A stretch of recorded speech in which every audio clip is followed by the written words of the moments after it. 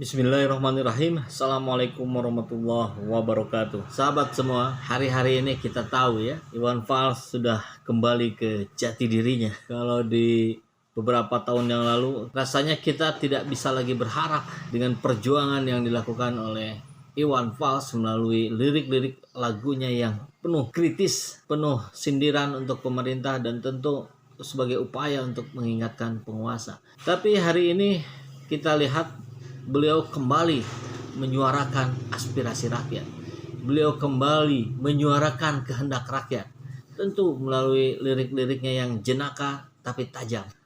Kita bisa lihat di channel YouTube-nya. Iwan Fals sudah mulai mengaktifkan channel YouTube-nya. Jadi buat sahabat semua bisa dicari ya. Hampir tiap hari itu beliau posting. Dan yang menarik, ternyata beliau juga komentar tentang Ibu Risma yang saya kira ini sudah melampaui kepopuleran Mahfud MD dari sisi expose media ya, baik media mainstream maupun media sosial. Ya, sang legenda sudah turun gunung. Tapi kita lihat gaya-gayanya sudah mulai tentu mengalami sebuah proses pematangan ya. Kalau dulu tegas to the point, kalau sekarang ya agak melingkar-lingkar dikit lah, gitu, agak muter-muter dikit gitu.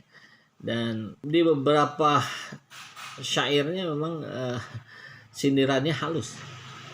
Dan saya kira kita akan lihat apa yang disampaikan oleh Iwan Fals di postingan tentang Ibu Risma ini. Banyak yang ribut Bu Risma belusukan. Kan bagus. Ya tentu kita juga sudah bahas berkali-kali di berbagai video, belusukannya bagus sebagai upaya untuk mencari tahu data real di lapangan seperti apa. Tapi bukan berarti terus menerus di situ kemudian diekspos seolah-olah ini adalah seorang pejabat yang pro rakyat. Padahal tupoksinya bukan di situ sebetulnya. Apa benar itu cuma pura-pura? Nah, ini yang menjadi pertanyaan kita bersama kan. Kalau bukan pura-pura, kenapa 174 kakak yang kita dapatkan beritanya gitu, yang tinggal di kolong jembatan di Surabaya itu justru tidak tersentuh sama sekali oleh Ibu Risma. Bu Risma nggak pernah datang sama sekali ke situ. Kenapa yang 1-2 orang di Jakarta malah seperti seolah yang sangat ditangani dengan super serius. Dan itu soalnya. Untuk apa? Presiden. Emang mau dia jadi presiden? Harapan dari seorang politikus saya kira walaupun tidak dimimpikan untuk menjadi seorang presiden, tapi tentu ingin berharap mencapai hierarki yang setinggi-tingginya. Yang paling tinggi apa? Ya presiden. Apalagi kan ini COVID aja belum beres udah presiden lagi. Tobat. Nah, ini bisa diinterpretasikan dalam dua sudut pandang ya. Yang satu ini sindiran kepada netizen bahwa janganlah sedikit-sedikit dikaitkan dengan menjadi presiden, Tapi di sisi lain justru ini adalah tamparan halus buat Ibu Risma itu, bahwa Bu Risma lah yang seharusnya segera bertobat gitu. Tobat ngurusin gelandangan. Karena itu sudah ada yang ngurus Dinas Sosial Jakarta. Tobat ngurusin orang-orang yang tinggal di kolong flyover. Karena tugas Ibu adalah membenahi sistem di Kementerian Sosial agar tidak terjadi lagi ruang-ruang untuk korupsi.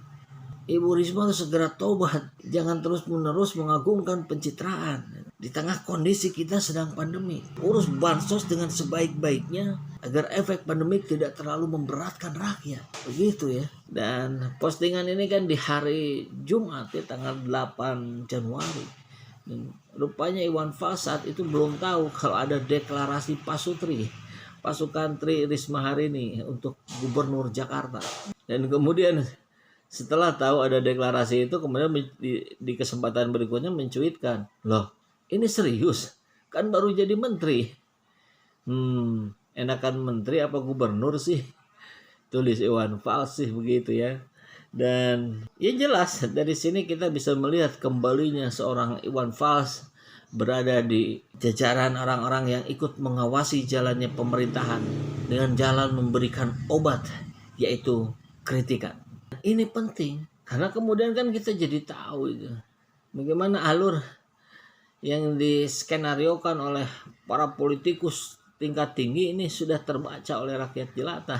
jadi Kemensos dengan menggeser Gibran untuk menjadi gubernur Jakarta. Harusnya kan Gibran itu yang menjadi gubernur Jakarta yang dicalonkan oleh PDIP.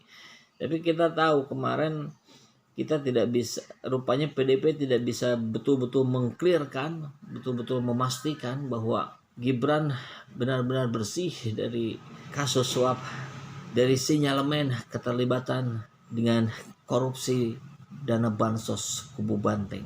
Dan yang kedua, tentu kita tahu ada faksi-faksi juga kan di PDIP yang bukan hanya satu yang ingin dimajukan sebagai presiden di pengganti Jokowi nanti. Tentu yang paling berkepentingan adalah Puan Maharani sebagai terahnya Soekarno. Begitu ya. Tapi sayang memang agak kesulitan untuk mengangkatnya. Karena justru yang muncul di beberapa kesempatan sebelumnya adalah kontroversi yang matiin mic anggota dewan ketika rapat, kemudian dianggap menghina warga Minang yang dianggap tidak Pancasilais, dan berbagai kasus-kasus lainnya ya menjadi berat. Belum lagi Ganjar, Gubernur Jawa Tengah yang juga secara elektabilitas ini masih tertinggi di berbagai lembaga survei. Maka nampaknya PDIP hari ini ternyata lebih fokus untuk memilah dan memilih mana yang paling mungkin dimajukan sebagai penggantinya Jokowi. Jadi wajar ketika kita lihat ada ketergesa-gesaan dari pihak Ibu Risma gitu. Karena barangkali beliau juga ingin masuk dalam konstelasi calon kuat dari PDIP untuk diusung menjadi presiden. Dan jalannya sebelum menjadi presiden adalah menjadi gubernur Jakarta dulu. Jalan untuk menjadi gubernur Jakarta, dia bermain untuk mengambil hati para pemilih Jakarta dengan belusukannya gitu. Dan skenario itu yang terbaca oleh rakyat jelata. Maka dengan bergabungnya kembali Iwan Fals, saya kira kita rakyat dibukakan kembali matanya untuk lebih berhati-hati dalam melihat para tokoh-tokoh yang sekedar melakukan pencitraan saja. Kalau bicara pencitraan, saya kira semua melakukan pencitraan. Tapi soalnya kan jangan hanya pencitraan, tapi citra itu yang benar-benar direalisasikan dalam kerja-kerja politiknya gitu kan. Nah, kita kan bisa lihat bagaimana kebijakannya, bagaimana keberpihakannya. Dari situ aja sebetulnya kan mudah untuk kita kemudian memutuskan untuk siapa yang terbaik sebagai pengganti Jokowi. Jangan sampailah kita kemudian lagi-lagi terbuai dengan apa yang tampak di depan mata, apa yang diekspos oleh media sosial atau media mainstream. Karena kita tahu hari ini pekerjaan buzzer ini pekerjaan yang menggiurkan ya. Yang didorong untuk melakukan apapun yang mau-mau saja selama itu ada bayarannya. Nah kita juga harus berhati-hati, jangan-jangan ini permainan buzzer juga gitu.